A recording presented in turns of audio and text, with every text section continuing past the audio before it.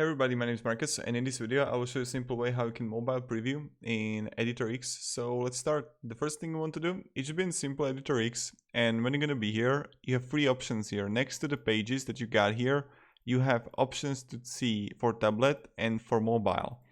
And you see the designs, like how are the breakpoints here, and you can simply like choose. And when I'm going to like move this here, it won't get moved here or here, so this is pretty cool.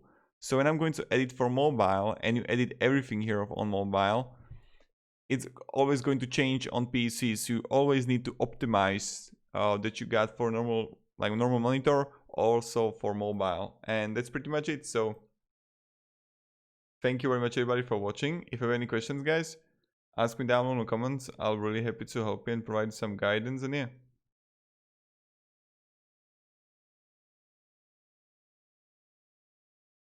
have a great day and goodbye.